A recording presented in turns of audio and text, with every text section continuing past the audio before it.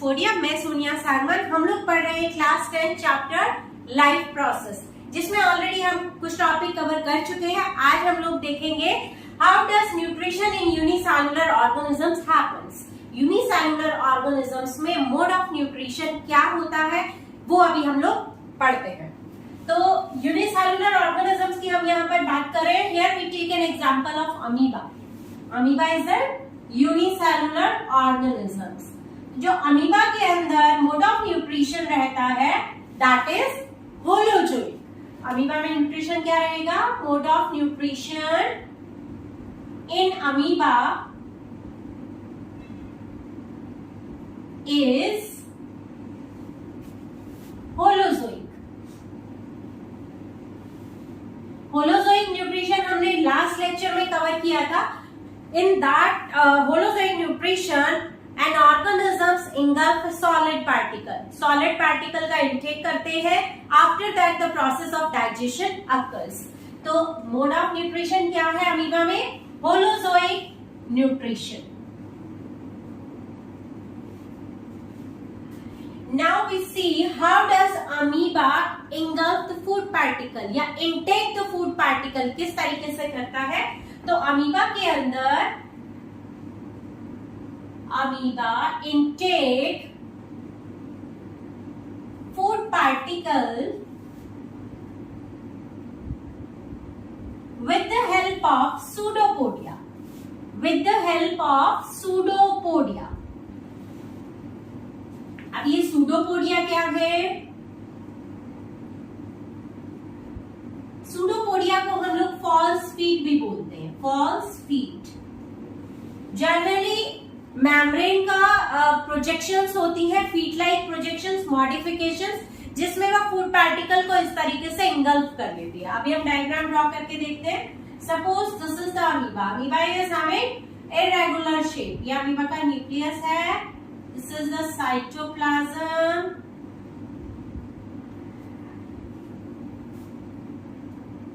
Next, here we can see the pseudopodia.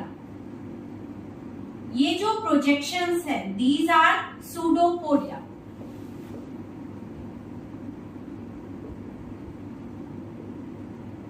And these projections या false feet और pseudopodia help to engulf the food particle. Suppose this is the food particle. ये food particle है, तो pseudopodia कैसे help करेंगे? Nucleus, cytoplasm, pseudopodia की मदद से with the help of pseudopodia the food particle will be taken in. यहां पर इस तरीके से एक वैक्यूल फॉर्मेशन होती है। अब वैक्यूल फॉर्मेशन occurs इस तरीके से, एक वैक्यूल बनता है और उस वैक्यूल के अंदर फूड पार्टिकल इस तरीके से फूड पार्टिकल का इंटेक होता है and ultimately the food particle is taken inside the body in the vacuole. इस वैक्यूल के अंदर अब फूड पार्टिकल है and now this vacuole is inside amoeba body. Amoeba की बॉडी के अंदर अभी वैक्यूल है और इस वैक्यूल में फूड पार्टिकल। ये हम यहाँ पर न्यूक्लियस को शो कर रहे हैं। सो बाय द हेल्प ऑफ और with the help of pseudopodia food particle is taken inside the body. यहाँ पर एक वैक्यूल का फॉर्मेशन हुआ, वैक्यूल के अंदर फूड पार्टिकल गया। इस वैक्यूल के अंदर फूड पार्टिकल है, वाटर है and some digestive enzymes are there which will help in the digestion of the food particle. और once the food particle will be digested, digestion के बाद क्या होता है? हमने digestion का process देखा था ना। digestion के बाद क्या होता है? After the digestion, digested food will be absorbed. After absorption, assimilation and extra material या waste material after the assimilation is excreted out of the body. Similarly यहाँ भी होगा। अब after digestion Now this food particle is digested. तो यहाँ तक हमने क्या देखा है? इंटेक ऑफ फूड पार्टिकल है। उसके बाद हम यहाँ पर देखेंगे कि जो फूड है that will be digested and absorb and after that the waste material which remains inside the vacuole will excreted out of the body. तो जो vacuole है, that vacuole will come near the cell membrane यहाँ पर, and ultimately the waste material will be excreted out. तो यहाँ पर egestion process हो रहा है. इजेशन और एक्सक्रीशन आप बोल सकते हो. इनटेक ऑफ पार्टिकल को आप क्या बोलते हो? फूड पार्टिकल को जब आप मुंह में लेते हैं तो क्या बोलते हैं? इंजेशन. तो यहाँ पर this process is showing ingestion. After ingestion of the food digestion occurs.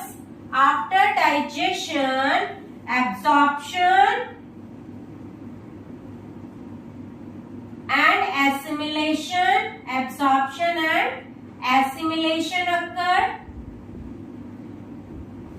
और उसके बाद the waste material after assimilation और absorption, after absorption of the food, जितना भी waste material रहेगा vacuole के अंदर, vacuole will come near the cell membrane and through the cell membrane जो excretory waste है that will be excreted out from the body of the amoeba. तो ये पूरा प्रोसेस जो है अमीबा के अंदर डाइजेशन का होता है.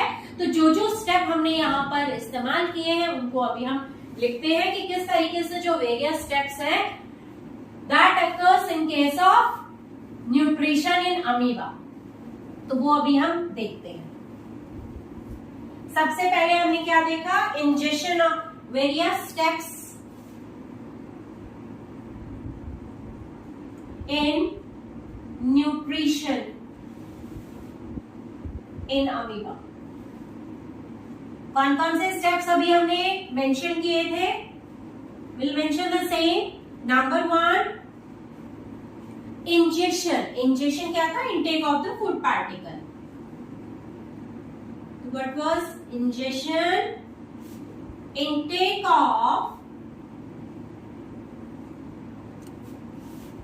solid food with the help of, किसकी हेल्प से? With the help of pseudopodia.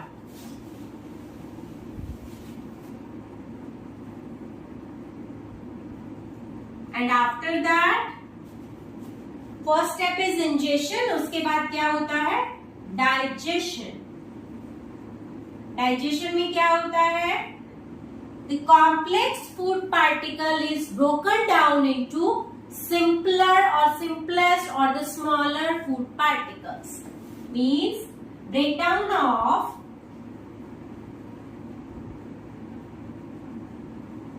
complex food particles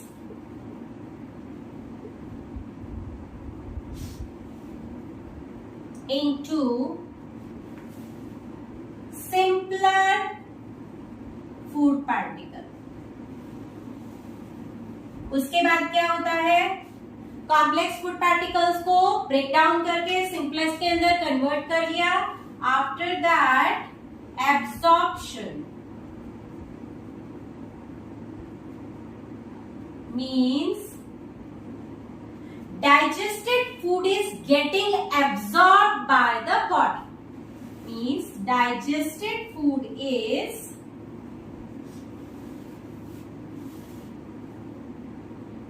absorbed by the body. अब डाइजेस्टेड फूड का एब्जॉर्प्शन होता है और एब्जॉर्प्शन के बाद क्या होता है तो अभी हम नेक्स्ट स्टेप देखते हैं.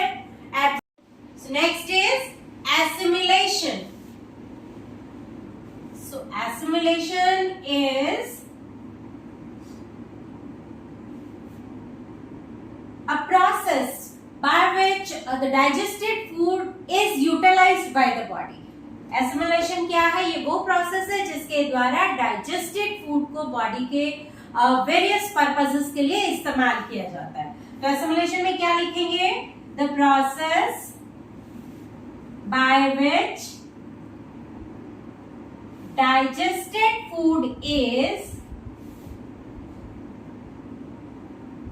utilized by the body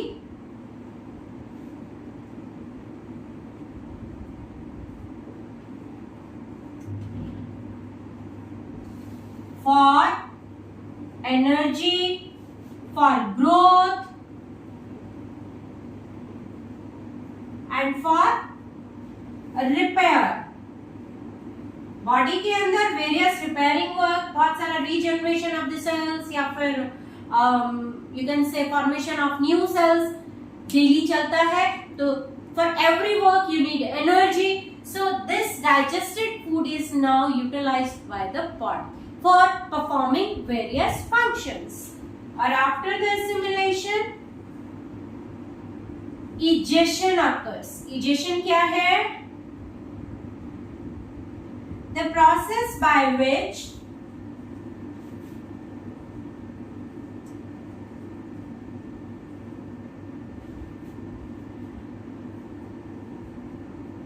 waste material is excreted out of the body.